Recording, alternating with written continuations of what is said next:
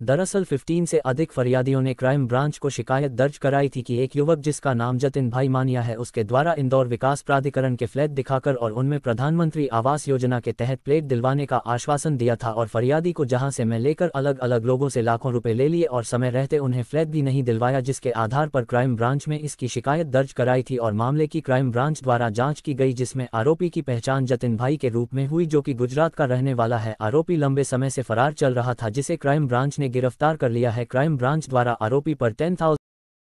योजना से संबंधित जुड़ा हुआ है। ये घटना हुई थी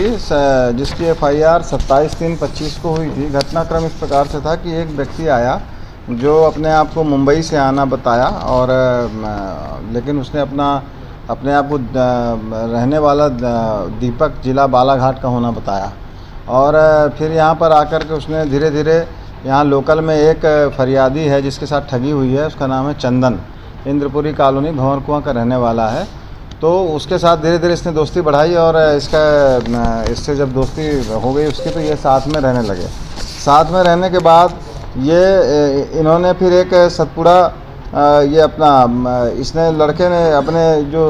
रूम पार्टनर उससे चर्चा की और उनको बताया कि हम प्रधानमंत्री रोजगार योजना के तहत मैं आपको फ्लैट दिलवा सकता हूँ और उसके लिए इसने इस लड़के को सतपुड़ा परिसर सुपर कॉरिडोर और अरावली परिसर भूरी टेकरी यहाँ पे प्रधानमंत्री आवास योजना के कुछ फ्लैट इसने दिखाए और जब फ्लैट दिखाया तो इसके बाद में इसने वो उसकी बातों में आ गया और इसको जो है इसने लगभग टोटल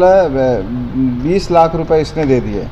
इसके बाद इसने इसी योजना को जब इसका रूम पार्टनर इम्प्रेस हो गया तो इसी योजना को इसने अपने दोस्तों को भी बताया और इसमें नमन चौधरी हैं और मोहित बाके, सौरभ पाटिल, गिरीश मेड़ा, ये इस तरह से इन लोगों से भी इसने लगभग टोटल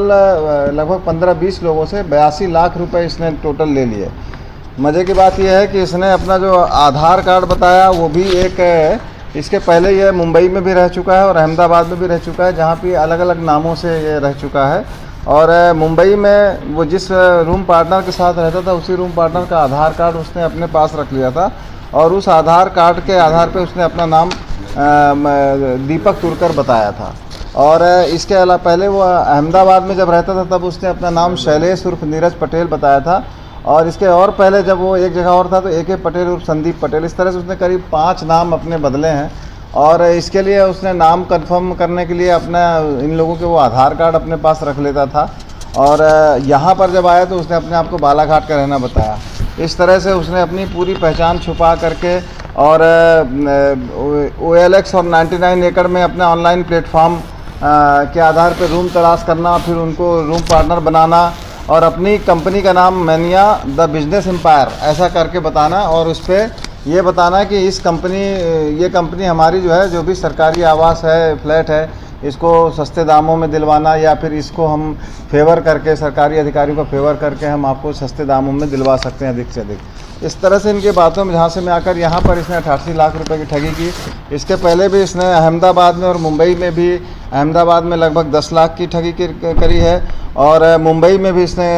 20 लाख रुपए की नगर निगम में नौकरी दिलाने के नाम पर ठगी करी है और इसके पहले ये सूरत में इसके खिलाफ में आर्म्स एक्ट और पॉक्सो एक्ट के तहत प्रकरण पंजीबद्ध किया जा चुका है। कई इन दोनों जो सूरत और मुंबई है इनकी पुलिस भी इनको लगातार तलाश कर रही थी, क्योंकि इसकी पहचान नहीं थी, इसने कोई अपनी आइडेंटिटी नहीं छोड़ी थी, इसलिए इसको काफ़ी मशक्क़त के बाद और टेक्निकल डेटा के आधार पर इसको सूरत से उठाया गया है और अब इससे